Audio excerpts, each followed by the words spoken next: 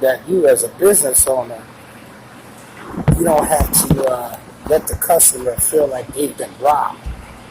You know, they never want to feel like they're getting shortchanged. They want to know they're getting the value for their money. You know, what they're supposed to be getting. Well, see, I got customers to this day that are so pleased from this day that they're still talking about how clean their windows look. Now, y'all might ask, well, they might not call you back right away. Then, if that's the case, no. I'll tell you what the case is. That's an upsell because they will always want to know what you're using. They always want to know what you're using in your water. And when you explain to them that stuff that you use compared to what other window cleaners use, they would understand that they're getting the service, the value for the money that you're spending. You know, I don't make them feel like they're getting robbed. I make them feel like they're getting the very best service. And they are. Now, you can explain this too, and those who like to use the water-fed pole. Now, you know, homeowners tend to have a little skepticism when it comes to seeing that thing being used on their windows. They're not used to not seeing a squeegee and a mop. You know, for the most part, when they're using the water-fed pole, you're leaving it wet.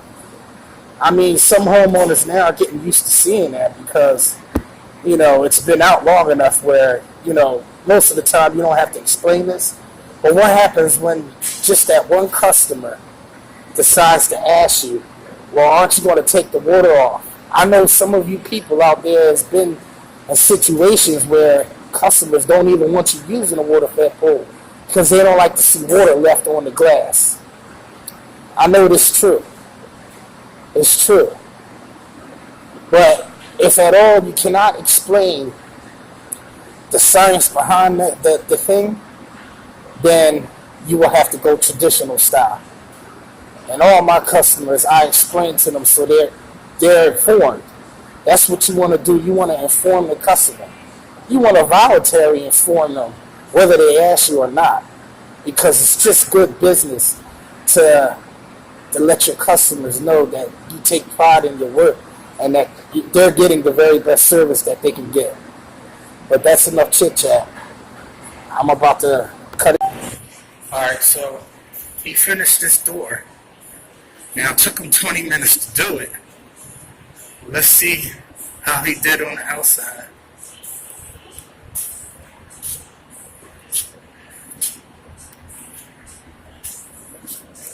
He did good on the outside. I guess so. You take 15 minutes, 20 minutes to do it. I guess you ought to be doing something right. You know, speed is not so much important now. But if I need to get in and get out, I can't have him do this door or this job by myself, because he just won't be fast enough. This job literally takes me 45 minutes to do by myself. That's doing the lower level. I do the upper level as needed, maybe once a year or twice a year, but I do all the lower level in and out. It takes me 45 minutes. So far, we've been here. Hold on, let me see what time it is. Yeah, it's really coming down now. Yes, Dave, you were right. It started up in your area first, but you were right, man. It's coming. It's coming this way. I know you way up there in Pittsburgh, the Steel City. You probably not even a Pittsburgh fan. Yeah, well, you got two Philadelphia teams. You got Pittsburgh, then you got the Eagles. Now, I know a lot of people are more on the Eagles fan, but I don't see too many Pittsburgh fans. I don't see too many Steelers fans in my travels, but you know, Pittsburgh is a ways away. That's like 6 hours away. But yeah, I went back to see. Once we left the job, I went back to see his work.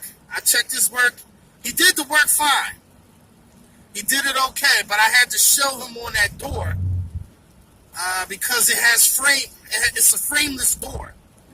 If any of you know what a frameless door is, it doesn't have any. It's just all glass, and right where the handle is for you to pull the door open, it's just a little round knob that you have to go around. It's quite a few knobs you got to go around. This is where the liquidator comes into play for those tricky maneuvers, but it's not something that you can't learn on a regular traditional squeegee either. But, I mean, all that comes in practice, but he spent about 15-20 minutes on that alone. Basically, the whole job takes me 45 minutes if I hoof it. If I got a nice pace, I can get out of there 45 minutes, in and out. Now, it took him 2 hours. Now, he can clean a window good, but the speed is not there. Even if you're remotely good with a squeegee, it shouldn't take me 2 hours. It shouldn't take him 2 hours to do that job when it takes me 45 minutes. Now, I know I'm faster than the average bear, but a whole hour and 20 minutes faster? That's insane. Ain't nobody that fast. It's just more or less somebody's just that slow. So I'm not really concerned with speed right now, but all in all, that assessment just let me know that I can't put him on certain projects until he gets his skills up, because I can't play around when I got time jobs on the line. Now, tomorrow, I wasn't going to take him with me, but I got a house to do. But I am actually going to take him with me because there is no time job, there is no rushing. So I already know, he already knows what I expect from him, because I told him homeowners are meticulous about where their established, where their dwelling is. So they're going to be watching you closely than storefronts and commercials. So that means they could get the white glove out on you at times. Especially if you're working with a new person, they don't know who he is. So they got to make sure they can check him out to see if he knows his thing. If he knows how to do his thing. What they're used to getting, what they're paying for. But there you have it. I only did one job today because, as you can see, it's snowing. Something fierce. So I'm going to get off the road because I don't like driving in this mess. And it ain't worth getting into an accident because you might be safe, but it's those other fools that you got to worry about. And it's not worth getting $100 or whatever, and then you turn around, you busted up from an accident, or you're paying money to repair someone's vehicle, and you're out of work. It's just not worth it. Oh, yes, and Candy, if you watch this video and make it to the end, yes, the most amount of windows I cleaned in a day was about 800 to 1,000. And that was like really 3 or 4 days a week. I used to clean 800 to 1,000 windows in a week. On an average day-to-day basis now, I don't clean that many. On a good day now, I might clean about, let's say, I say about good, on a good day, about a good $200 or $300. But that was many moons ago I did that. And that 300 windows that I do now almost equals to the 800 or 1,000 windows that I used to do back then, because my prices are different now. I made a name for myself, so I don't no longer have to work like a horse.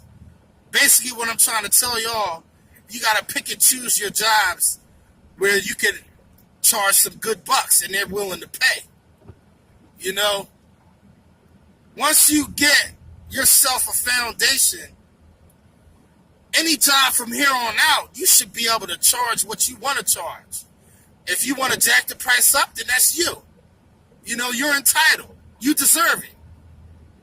You know, it could mean the difference of you getting the job or not. But if you don't get the job, you shouldn't worry. I tell you why.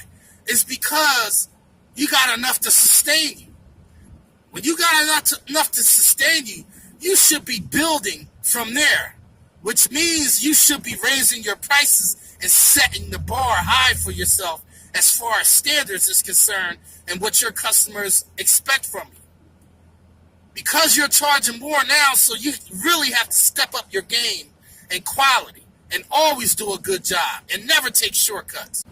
I'm out of here like Vladimir, and last year a pair of funky underwear. Love, peace, and hair grease.